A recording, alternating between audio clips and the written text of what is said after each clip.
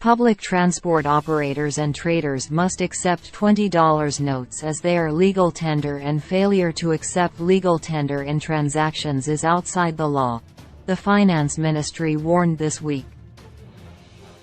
Some public transport operators and informal traders in the capital are no longer accepting the $20 notes as legal tender, months after they also rejected $10 and $5 notes, effectively taking them out of circulation.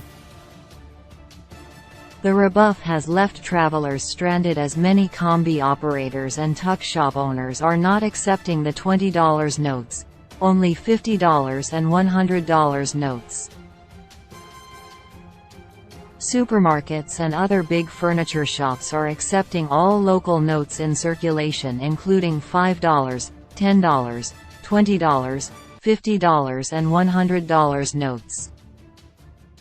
However, government yesterday said the rejection of local bank notes was illegal, and the Reserve Bank of Zimbabwe would inquire into the matter.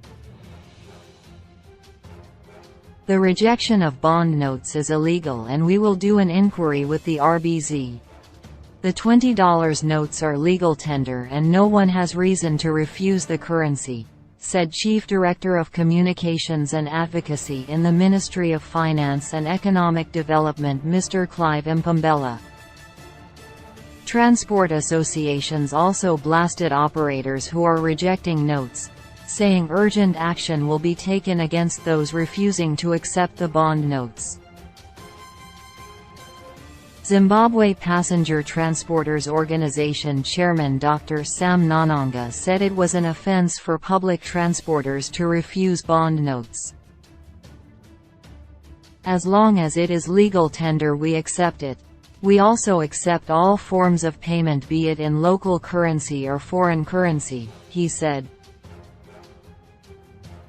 Mr. Ngoni Katsvero, the Greater Harare Association of Commuter Omnibus Operators Secretary General, echoed the same sentiments, saying action would be taken against those who were not accepting local currency.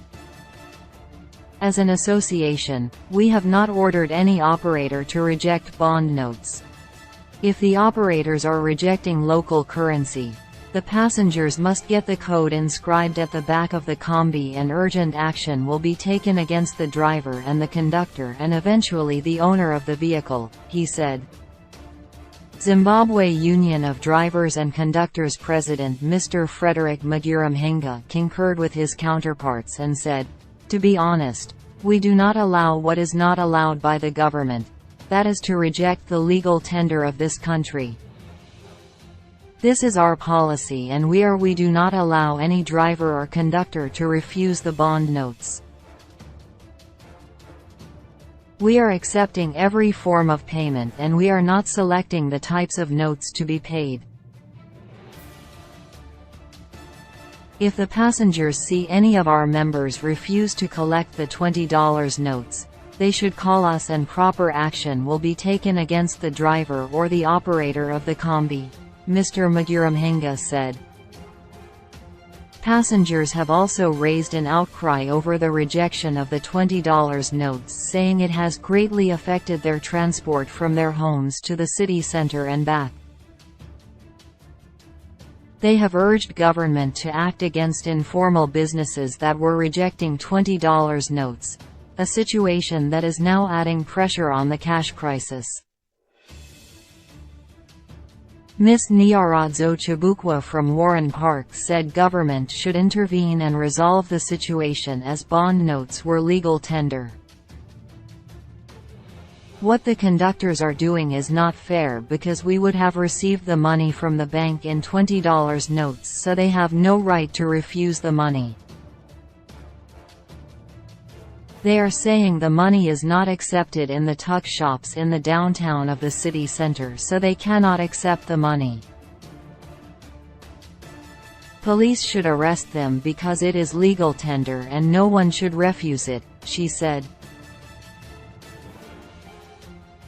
Mr. Bornwise Jacha from Tinwald had no kind words for the public transport operators and calls for the banning of combis on the road. I think government has made a good move when they banned combis during the lockdown period.